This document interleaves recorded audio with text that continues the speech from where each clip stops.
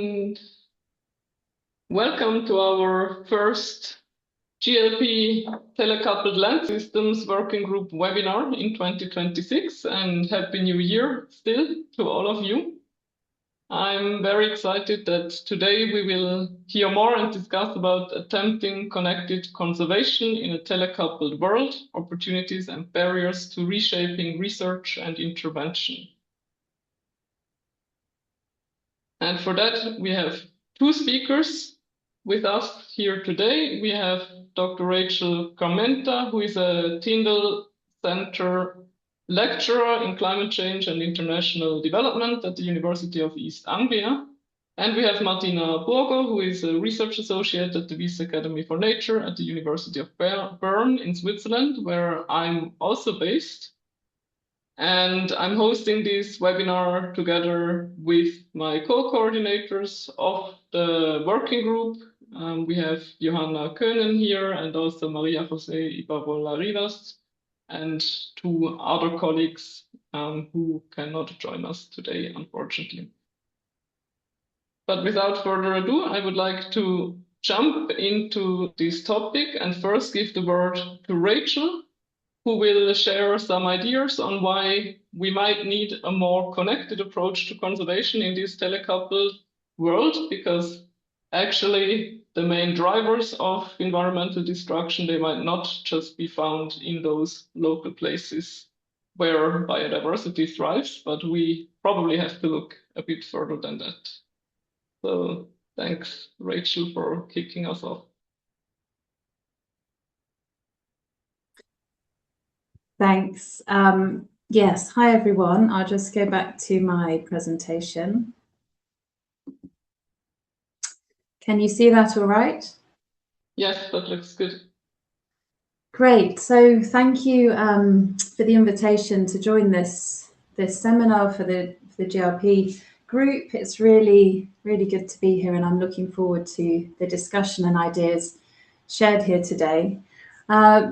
I'm going to start off with giving a talk around some thinking that we've been doing on some of the issues and perhaps a critique of conventional conservation and how we might use that critique to build on or towards reshaping conservation for a telecoupled world, a conservation that might be better suited to that reality of our times. So I'm going to give an outline of connected conservation, which is essentially this model that we propose. It's a dual-armed approach to conservation, dual-armed in the sense that it introduces a series of actions which I would say are relatively underemphasized and perhaps some of them new to the conventional conservation practice. And these actions are really to focus on disrupting and diminishing the role of wealth and the negative impact of even distant wealth on bio and cultural diversity across the world. Meanwhile, sort of having a separate set or a complementary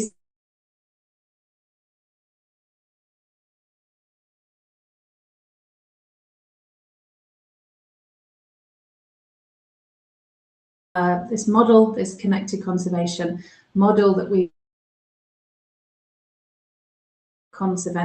conservation tends to target the rural poor, working in site level intervention, yet working on the actions and the actors who bear least responsibility for the biodiversity crisis.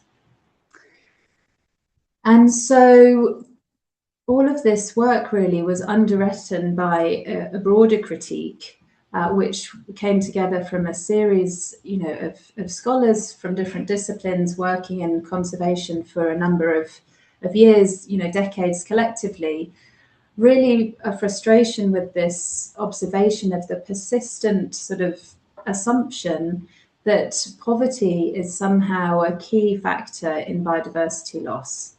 And within that framing, we see that resolving poverty is sort of plugged into plenty of site level conservation action, almost you could argue a virtuous act of which propagates this sort of white savior colonial style, rather than seeking to enhance diverse notions of well-being, or more critically examine and explore what might constitute poverty beyond the absence of cash, and thinking more about holistic well-being.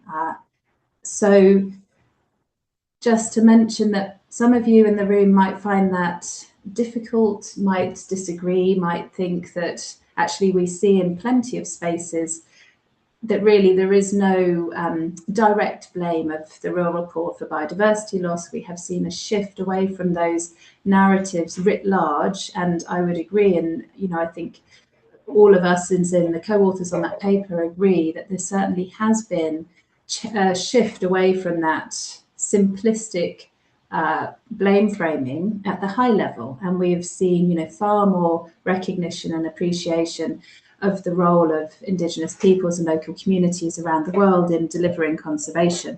Yet we also know at the site level, actually this prevalence remains. This PBLA thinking, as we call it, Poverty, Biodiversity Loss Association thinking. And in a recent review, for instance, we find empirical evidence that that's the case.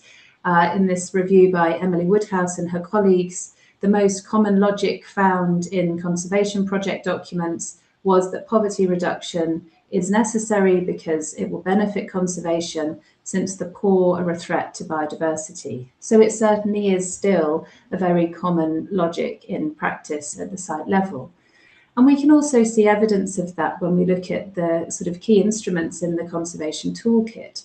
For instance, strict protected areas that remain a cornerstone of conservation practice really seek to detach people and to protect land and landscapes from people, often rural people, potentially also cash poor communities. And we see that sustainable use reserves that take a different approach in a much more integrated way, appreciating people and nature and their sort of the biocultural possibilities of that, are only 25% of the protected area extent across the globe. Payments for environmental services, again, this notion of introducing payment or introducing alternative livelihoods, measuring impact through material metrics, often income. When there is a social impact appraisal, it tends to be that sort of focus on income. And so we see that, in fact, this thinking, the PBLA thinking, is still pervasive in a lot of conservation practice around the world. And yet, of course, we all simultaneously appreciate that wealth is the disproportionate driver of biodiversity decline. And we know there are leading world reports on that. IPES has documented, the GBF, IUCN, for instance, WWF also. Their reports on the state of nature and the key drivers of decline can all be linked to really the flows that are coming from wealth and accumulation. And there are teams, excellent teams around the world in different universities, quantifying this material footprint of distant nations and showing that flow of resource extraction from bioculturally diverse landscape into centres of wealth. And we appreciate the telecoupled sort of reality of our times, which does demand, I would argue, and we argue, that we need to shift conservation practice. And there are calls for transformation, of that sort of material metrics dominance and values, the dominance of those values that come from a wide range of disciplines, from ecologists through to economists. This sort of systems level change that is necessary, which is really related to a values crisis. So there's a clear need to redefine conservation action, not least because, on the sort of grand scale, we could say, sadly, conservation is not effective. Of course, there are pockets of performance to celebrate, but globally, biodiversity and forests are declining. Across 14 of the 18 NCPs, for instance, we see a decrease. There's also the need to redefine this tendency in conservation for site-level emphasis, because it's exonerating the actions of the wealthy. Meanwhile, of course, they are the ones who are contributing most to the crises that we're talking about, and plus fails to champion or sort of adequately empower and build the resilience of the communities that evidence shows the plural values and life ways of which are really consonant with nature. That is, they're overlapping with biodiversity, delivering biodiversity. And so too, this sort of PBLA approach is really not equitable. At the worst, creates harms for those with least responsibility, that can include and have included forced removals of communities out of their territories and their landscapes. Of course, impacts too extending to motivational crowding out, where the introduction of this sort of material emphasis for particular behaviours then crowds out other forms of value and motivation that existed before. And in the worst case, can really contribute to the sort of erosion and the loss, the extinction of experience and that biocultural diversity. So if we're making the case then that poverty, the PBLA thinking is so problematic, then we also have to ask the question, why does it persist despite being unfit for purpose? And so in this paper I'm presenting here now, which was the birth of connected conservation, we identify these three kind of overriding reasons for the persistence of the PBLA in conservation practice. And those three things are, broadly speaking, the hegemony of particular values.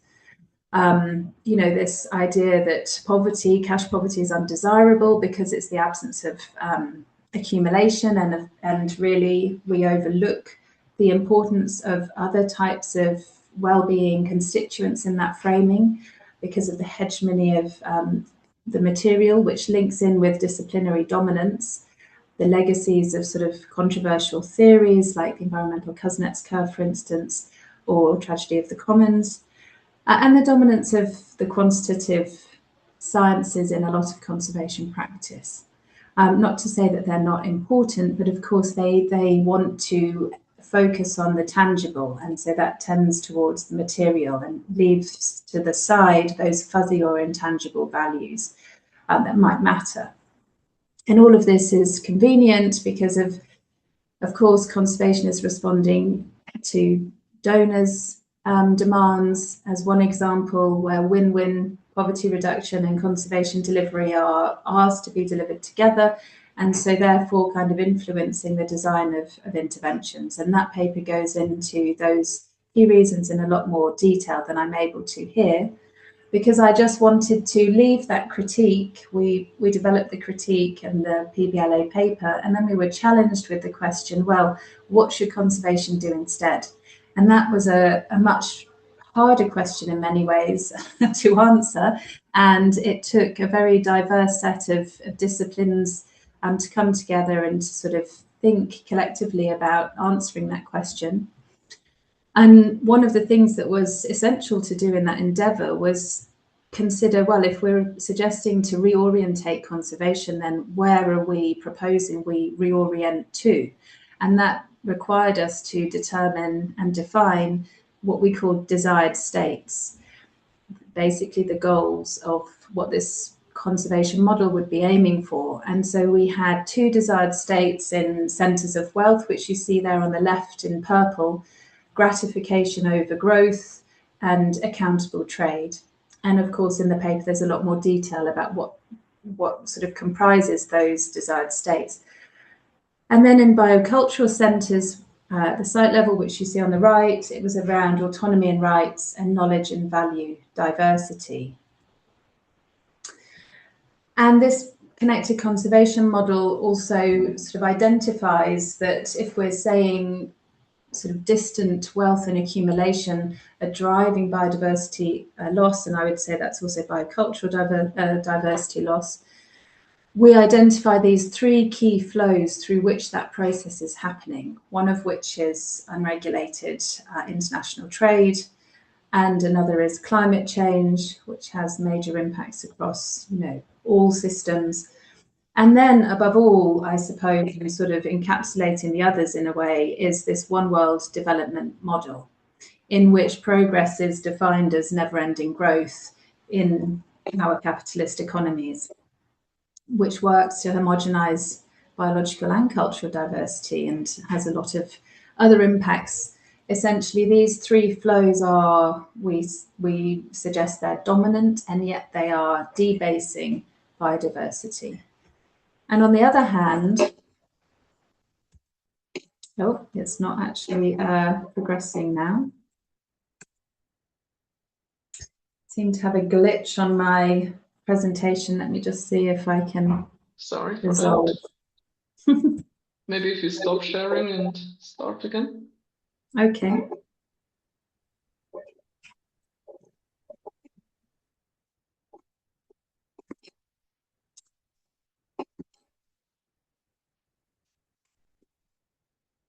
Right, fingers crossed.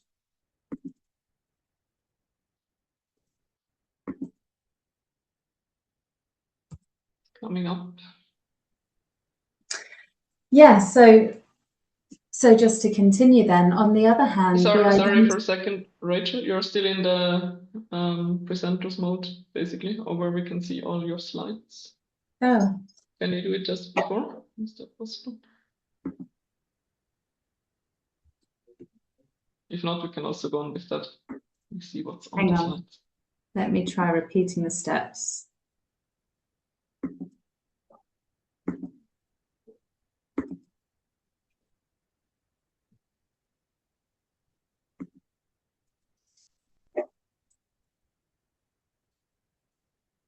You see that okay?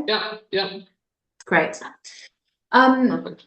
Yes, sorry for that interruption. So what I was saying is there are the dominant flows that are stemming from centers of wealth, and yet we can also sort of think about in biocultural centers, there are flows which are positively contributing to biodiversity and biocultural diversity. And although they're positive, they are currently marginalized. And they are local governance, diverse knowledges, and plural values. And so we suggest that really conservation action, although is already doing work in those spaces, might be able to adapt their practices and strategies and interventions to better enhance and amplify these marginalized flows that contribute to conservation goals, essentially. And so the model altogether looks a bit like this. So on the left, you can see the actions in centers of wealth working across these different levers, which are the circles on both sides: governance and accountability, economy and finance, individual and collective action, and science and technology. And these actions are to disrupt and diminish those dominant flows, meanwhile enhancing and amplifying the marginalized but positive flows. And so it's really a whole series of actions. And I think what it does is challenges conservation, in fact, to be more humble in a sense, recognizing, of course, not all of that is possible through the sector alone, but really there is a demand for multi-sector, cross-sector, interdisciplinary connections, including collaborations with perhaps sometimes unusual partners, in order to engage each of those levers, in education, in health, for example, in law, in advertising, and really working also across scales, ideally operating in concert towards these collective goals. And of course, this is a huge challenge for conservation and to the networks and norms, which is, as we said, sort of problematic in some ways. And so the challenge seems worth the effort. And I think in this talk today and in future work, exploring how this might be achievable would be a huge, huge benefit. But of course, if overthrowing capitalism feels too big, there are smaller actions also that we can think about doing. I think one of the key things is always to have in one's mind this brilliantly articulated title to a paper by Scutch and Turnhout, which is, if communities are the solution, then what's the problem? And they wrote that paper thinking about sort of some of the problems with the REDD+ framing.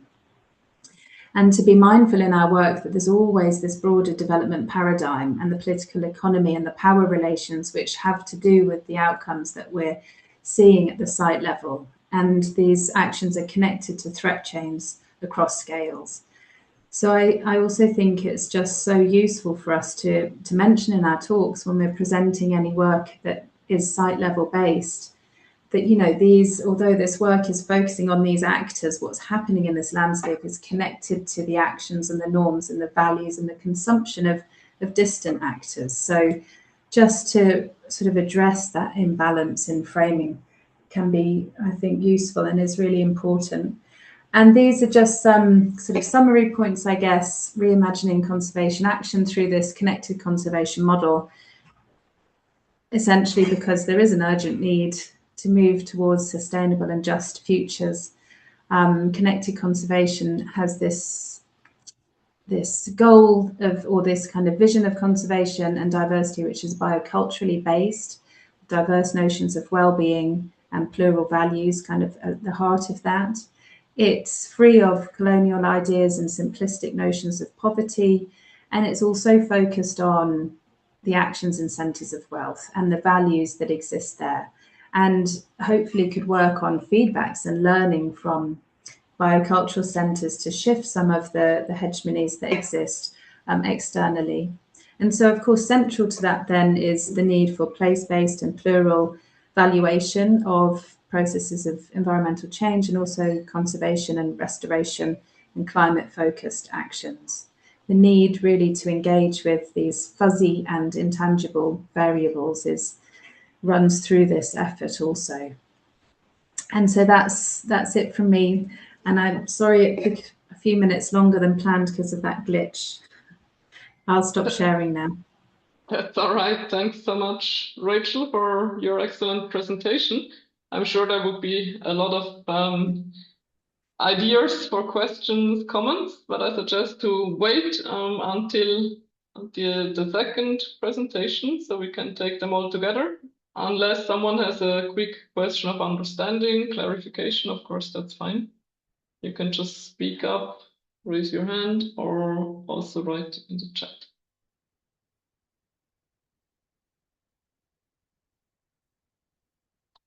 I see some applauding hand, but not really a speaking one. Is that right? Because if that's the case, then I think we can go on with the second presentation, where Martina Burgo will present from an ongoing research project here at the Wyss Academy, where we actually dared to try and implement some of these ideas for how to conduct research along the lines of such a connected conservation approach, although we are also very much focused on local action in our so-called solutionscapes, and Martina will explain in much more clear terms what we mean with that and how we approached this issue. Thanks. I will try to. Thank you very much, Sheely. Can you see my presentation all right? Sorry, it's in presenter mode, so if you can go to display I need to switch again. The screens, yes. I thought maybe that has worked from the time we attempted it before. So it's better now for you. It's still loading for me at least. Nope. Try again.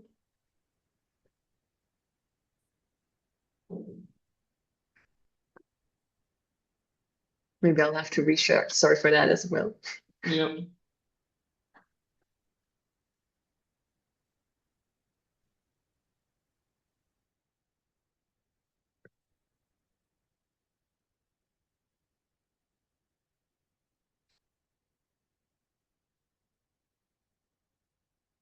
It's still in presenter mode for you? I don't see it yet. No, now it's fine. Okay, perfect. Okay, perfect.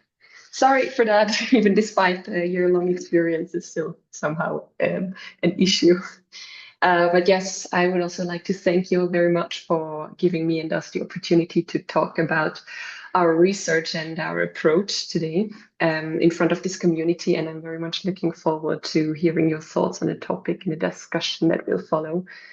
As Julie mentioned, we attempt to give you an idea of what an applied research project related to this concept that Rachel just introduced could look like. And we Our project focused on understanding artisanal gold mining in Madre de Dios in Peru, and specifically the potential role of the Swiss consumer market in systemic transformation.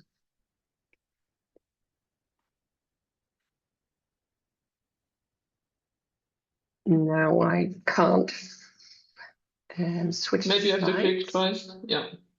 It works. Okay, excellent. So a few words about the setup of the Wyss Academy. We envision a world in which the relationship between people and nature is just mutually beneficial, and the goal is to address driving forces of biodiversity loss, climate breakdown, and inequality in our so-called solutionscapes. Solutionscapes resemble maybe real-world laboratories where we focus on local priorities while we maintain the global perspective. And the approach aims to bring together diverse stakeholders to co-create and test and also scale the solutions in specific landscapes. So here you see the 4 solutionscapes that we're working with, and I'll take you now to the one in South America, or more specifically to the one in Peru. And we are situated here in the south of Peru in the department of Madre de Dios, in the Amazon rainforest. Here in the light green line, you can see this Wyss Academy intervention zone, or the solutionscape.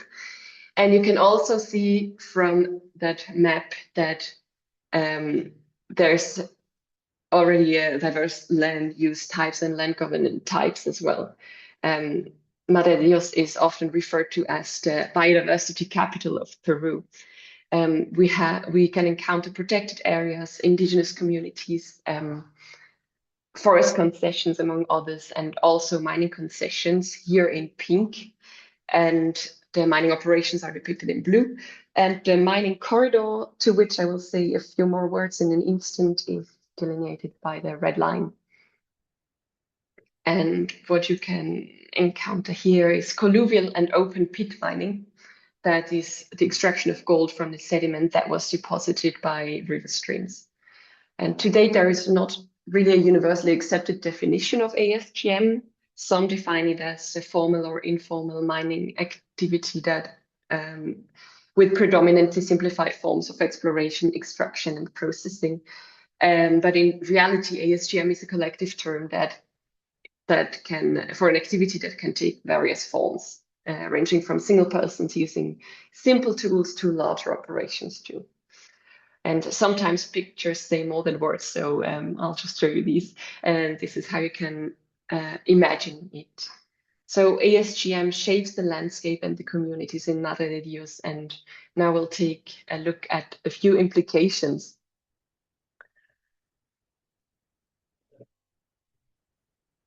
Again, pictures are telling. So up until last year, about 136,000 hectares of forest cover was lost due to mining. Also, mercury pollution is an issue. Mercury is used to extract the gold and does not only pose a health threat to the miners that are directly exposed, but also to other community members because it pollutes the air, the soils, the water, and also enters the food web. And there is an overall biodiversity loss that we can observe. On the other hand, it's important to state that artisanal and small-scale mining in Madre de Dios also accounts for about half of the regional GDP. It provides a livelihood for 1/3 of the population, and in Madre de Dios, about 13% of the miners are formal, about 67% are informal, and roughly 20% illegal. And so go the estimate. And it's also a pull factor for internal immigration or migration rather, and human rights violations linked to this activity and the illegal mining are severe and can include assassination of environmental defenders and human trafficking, particularly for sexual exploitation. So in conclusion, the sector is of great economic significance, but it is also precarious and scantily regulated and with harmful consequences for the people and the environment. So in these tension field. How do we meet the conservation challenge? So previous approaches include criminalization. The activity was declared illegal by law in specific parts, and what followed was some violent destructions of equipment and the imprisonment of some miners. But it is de facto impossible to enforce. And some common effects are that criminal organizations emerge willing to accept high risks for high profits, and this ignites conflicts and leads to an overall deterioration of the living conditions for the common citizens in the region. And on the other hand, we see that formalization strategies were designed and implemented top-down. The government and conservation groups defined the mining corridor within which mining is illegal and it is legal, pardon. So within the corridor, it is legal, and outside it is mostly illegal with very few exceptions. Also here, the intended effects were to reduce the deforestation, and the unintended impacts were that mining remained within and illegally grew outside the mining corridor.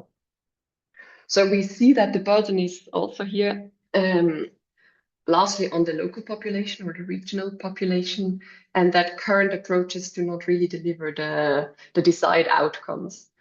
So we are convinced that this challenge must be addressed against the backdrop of the telecoupling logic, and this is where our interdisciplinary research project comes in.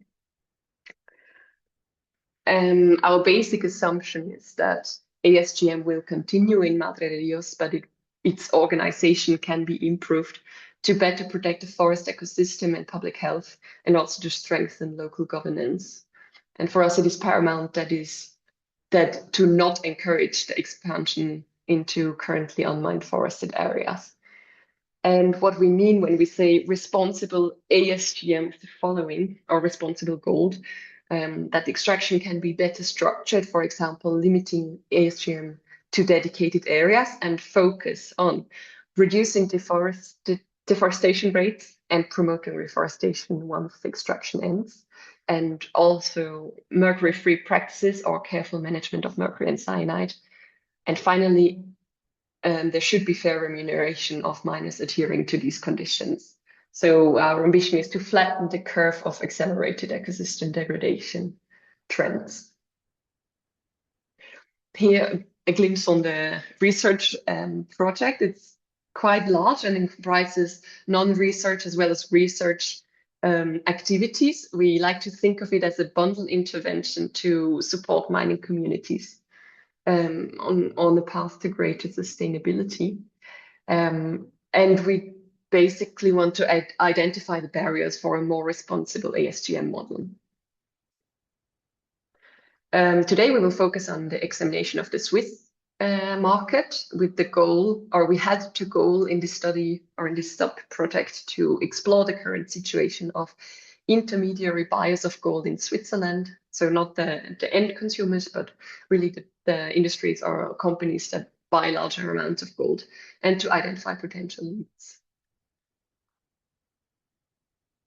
Why Switzerland? Well, it's not only because we have conveniently an office in Switzerland. There's better arguments.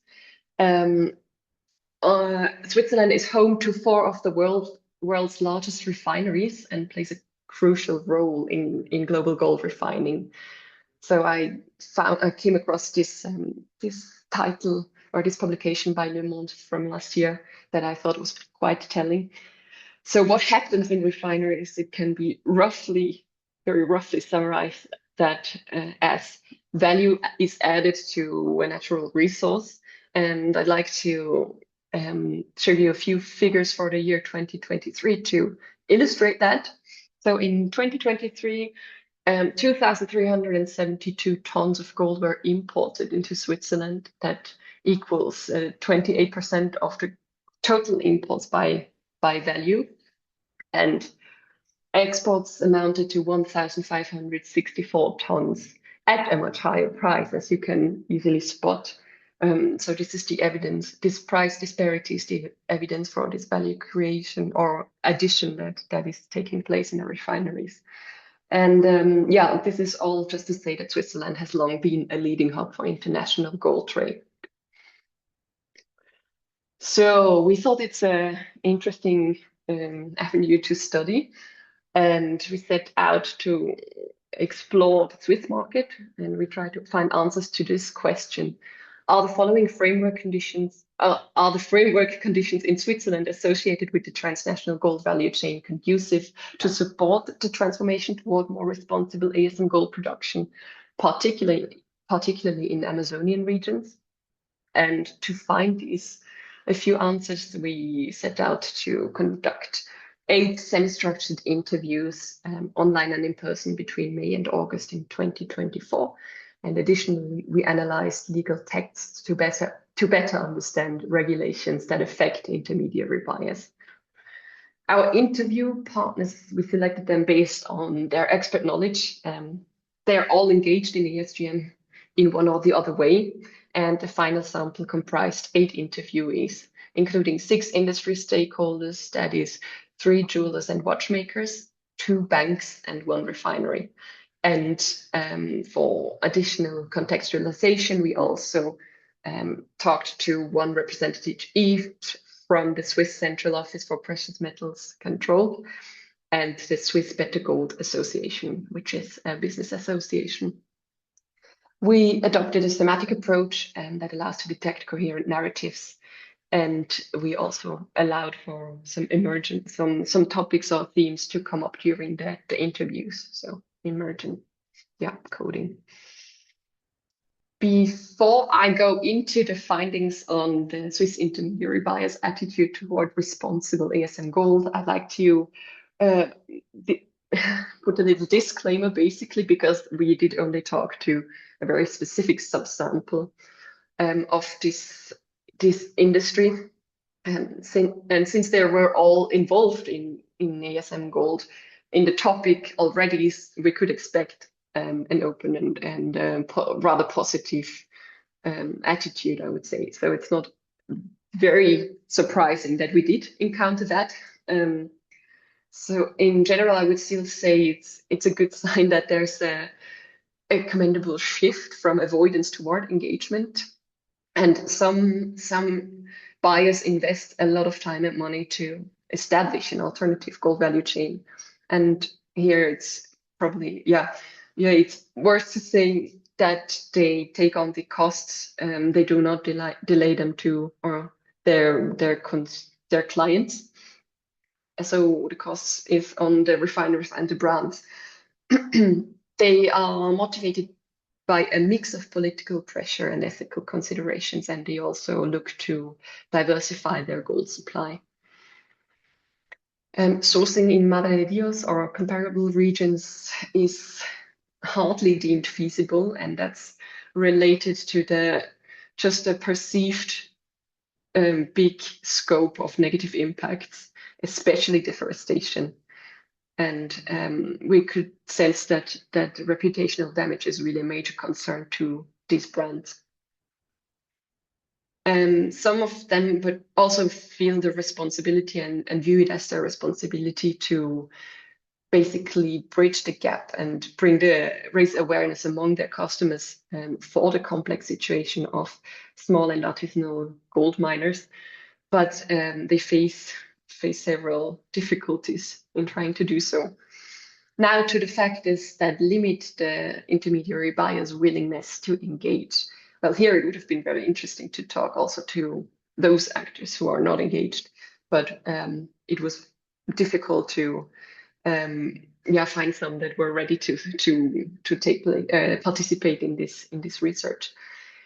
In Switzerland, due diligence obligations are aimed at ensuring the legal origin of gold, and they do not require any clarification of environmental or human rights impacts. And environmental and human rights related due diligence obligations are not subject to state control and also provide for numerous exceptions. So that we can conclude that Swiss regulations do not favor small miners. And the risk that comes with that is that companies satisfy their due diligence requirements by abandoning high-risk supplies and regions. And of course, the ESGN sector is highly vulnerable in that regard. Another barrier is that there is very low consumer demand for responsibly produced gold or small-scale gold. And we conclude that companies are rather discouraged from adopting a progressive and risk-tolerant approach. And that's partly rooted in a lack of differentiated views in the media and society, and also in the regulation. So back to the research questions, are framework conditions in Switzerland conducive to support more responsible ASM gold production? We would say that there's definitely room for improvement. We're currently elaborating or drafting a research paper where we also go on to formulate a few suggestions for adaptations, but they are only preliminary. And I think for the sake of time, I will skip them here and go directly into my last slide that should open the discussion. We are fully convinced that the challenge of conserving ecosystems in the Amazonian rainforest, where ASGM is present, must be tackled under the telecoupling logic, and that Switzerland, as a distant driver of ecosystem degradation, must assume its responsibility therein. Yeah, and to round off my talk, I reflected on a few entry points that we've encountered through our work. The first thing I'd like to say is that ASGM is definitely on the agenda of international and Swiss gold experts, despite the fact that it only accounts for 1 to 2% of the entire gold supply. So that is a good sign and an encouraging sign. I also think that, or in my personal perception, there was some genuine interest of individual companies to engage and collaborate, and I could sometimes even sense that they are looking for guidance on how to best go about this, because they do not have the expertise that is needed in-house, and they need to develop it and develop the right partnerships. And another thing that I find encouraging is that in Switzerland, academic institutions are recognized and acknowledged as providing credibility. I think there's also some risk of abuse therein, but it's still generally a good start. On the other hand, less encouraging things or mechanisms were already anticipated in the connected conservation paper that Rachel was talking about earlier. For example, we can definitely confirm that existing trade institutions are designed to protect rather than challenge the centers of wealth. That was the case in this study. We can also see that the lack of concern and emotional disconnect on the consumer side is a major barrier. And something that I was also thinking about is that there is a big divide between clear positions. There's the ones that really favor the nature conservation as opposed to the reduction of inequality and poverty. And Rachel's talk also made me think how these two link to each other and are not directly linked also sometimes. But the thing that I would like to express here is that in Switzerland, the preservation, the conservation of the Amazonian rainforest seems to have a much higher priority than a more people-centered approach. And then I also reflected on some project-specific limitations. So it's just occurred to me again how big of a task it can be to adopt a really truly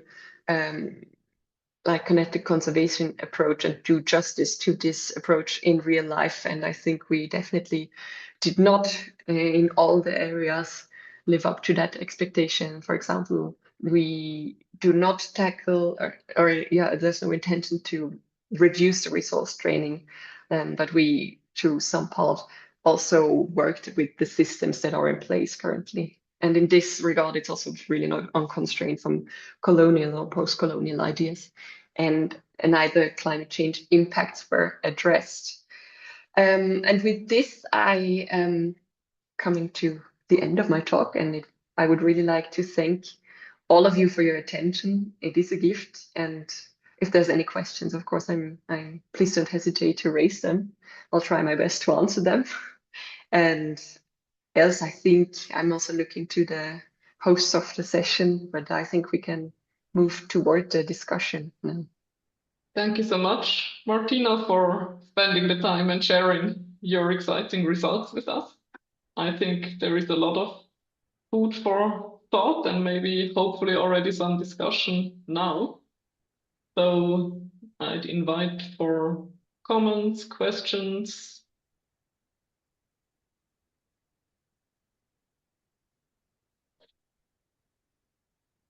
You can raise your hand, speak up directly, write into the chat. It's never been easier.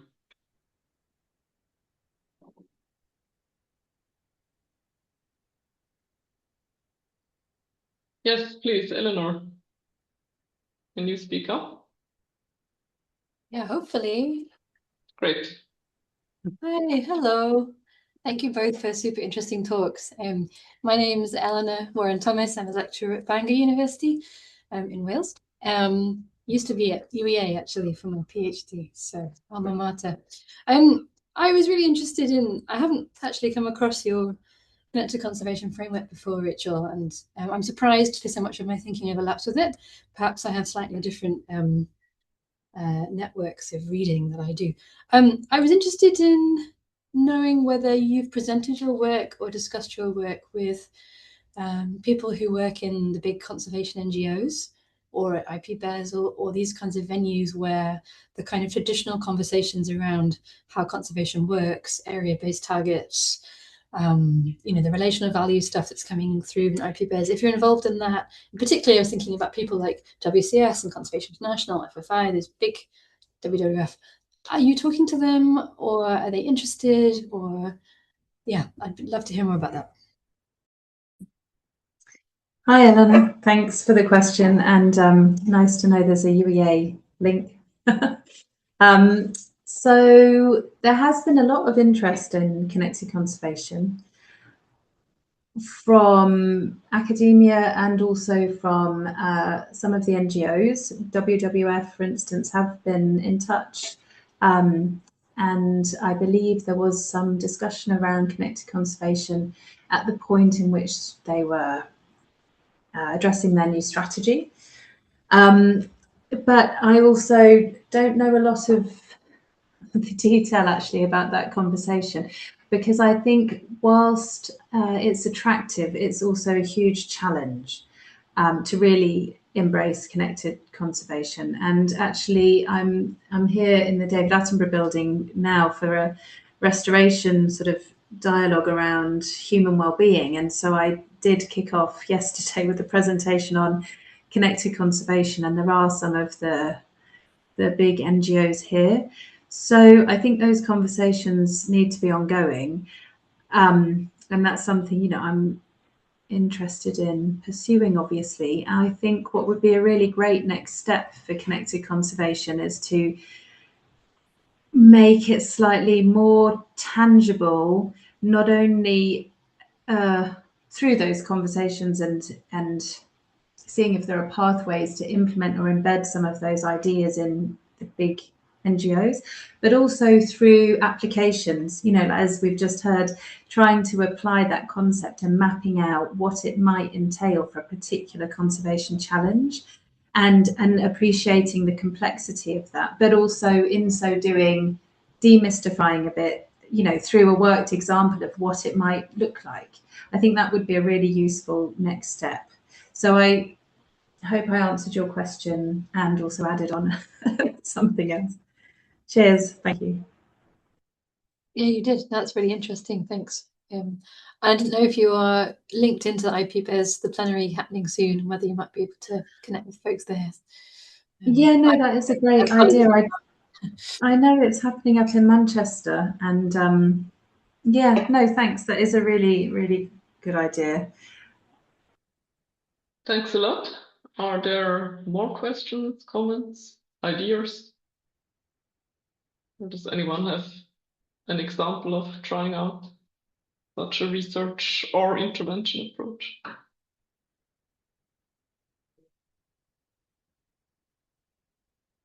Yes, Pete. I can see your hand. I can't see your face though. Okay. Somehow your camera Thank you. crashed. Can you hear me? Yeah, the camera Yeah, crashed. that's fine. Okay, sorry. Thanks a lot for two very interesting presentations and inspiring work. My question is, we heard basically, of course, that the flows become the governing driving force, and that's, I think, also in GLP, of course, discussion we have had for a long time, moving from territory to flows. So this somehow seems to be the logic of how we have to think about it. Now, in the flows, we heard more threats, negative threats of the flows coming in. But in parallel, we are seeing a lot of flows currently being created. I'm not judging if they're beneficial or not for these for the conservation part, but the whole new funding schemes coming in, from crypto coins to blended finance to new conservation models. I think there is quite a hype around that. So we'll, and if you think that further, it will mean we'll have a competition of flows, in being supporting or threatening conservation. So does that mean basically the destiny will move away from the territories where people live and have a say to just regulators trying to manage those different flows? Thanks for a bit of a provocative question. Any of you want to come in? Thanks, Pete. Could you re-articulate, perhaps? I don't think my sound was great. Yeah, I mean, basically, if we move away from territory to flow thinking in conservation as a teleconnected conservation, then we have to, of course, study the flows, and you did it. But in your examples, we saw all the negative driving forces, the exploitative ones. You mentioned various ones. But we could also think of possible beneficial flows, and we are seeing a lot of debate. I just studied the program of Davos next week, and it's incredible the number of nature positive business models, new benefit sharing mechanisms, startups here and there. It's incredible what is perhaps a little bit also outside academia. It's a little bit more in the startup and economic business. And without judging now the value of these things, it will become basically a fight between different flows.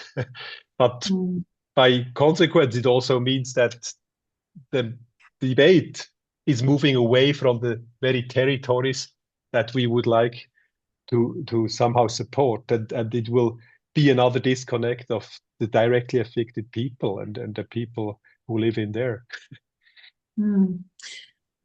Well, I mean, I agree to some extent, in the sense that, of course, there are so many different activities and actions and interventions happening. And in fact, we were just discussing some of that yesterday in a conversation with Ceci, and I saw one of Roman is on this webinar, and we were sort of talking about how those flows from centres of wealth, they're not all, of course, dominantly they are debasing and undermining biocultural diversity, but there are also seeds of change and examples of better practice. And it's so important to think about those two, because otherwise it becomes quite a sort of tragic thinking of the future.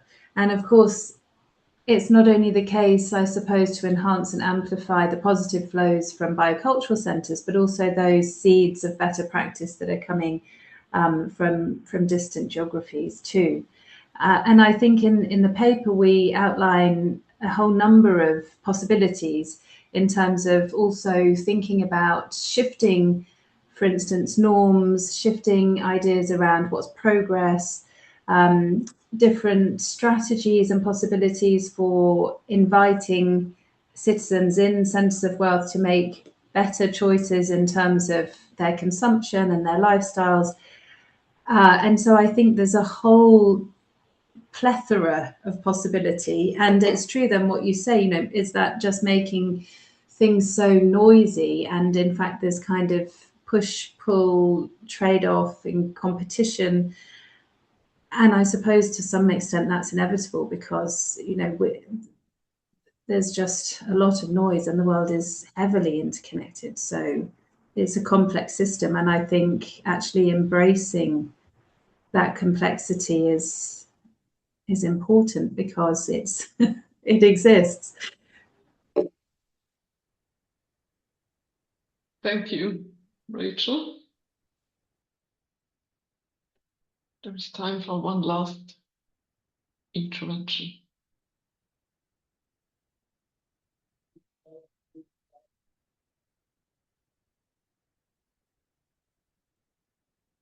There is any?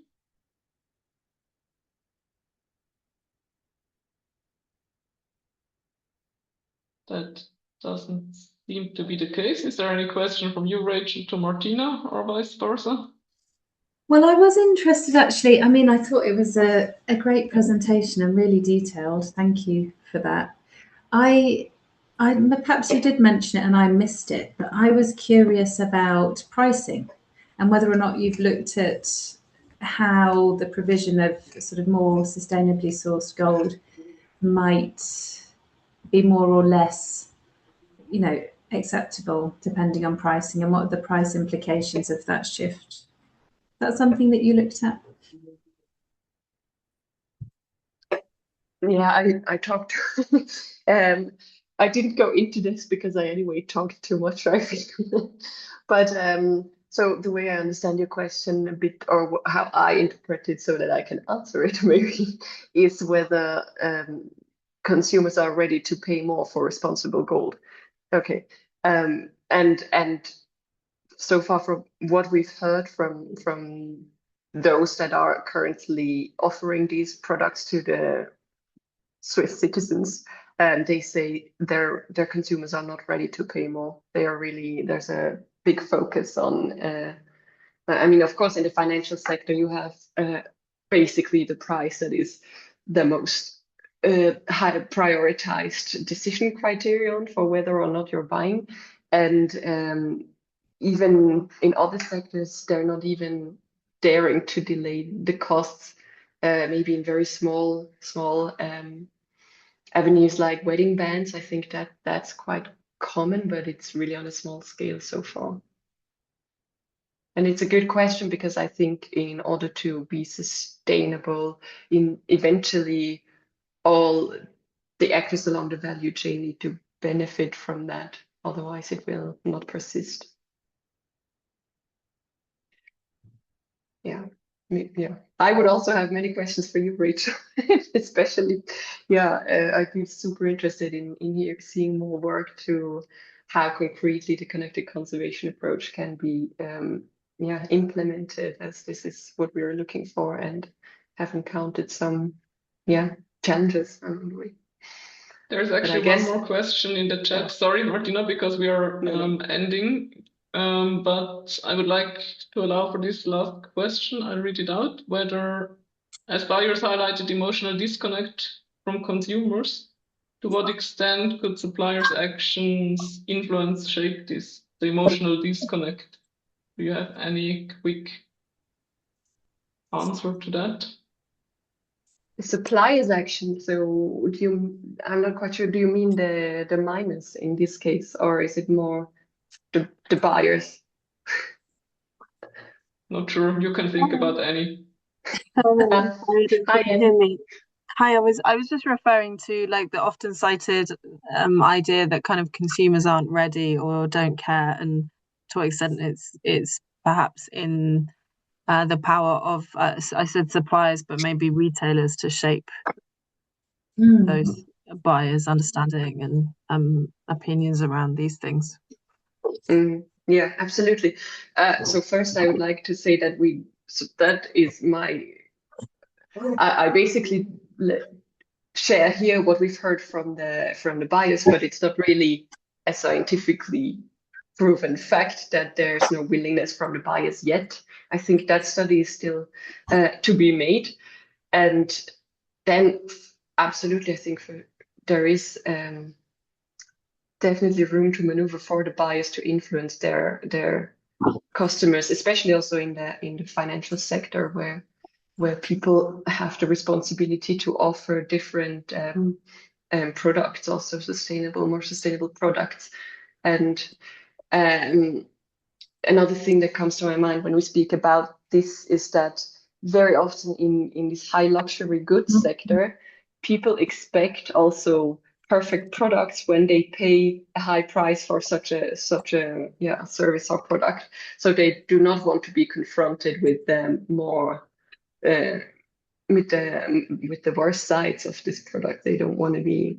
So I think there's some challenges for the buyers to bring this topic that needs more than 5 minutes to explain to people who are not involved.